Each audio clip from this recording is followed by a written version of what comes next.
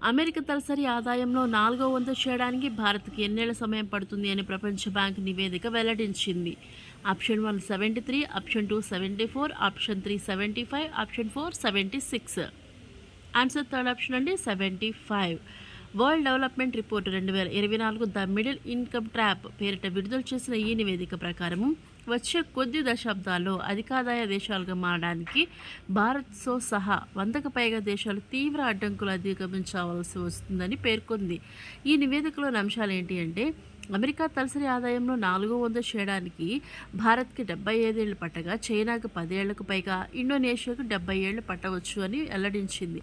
గత 50 ఏళ్ల గణాంకాలు పరిశీలిస్తే దేశాలు సంపన్నమయ్యే కొద్దీ అమెరికా వార్షిక తలసరి జీడీపీలో 10% చేరుతుంది.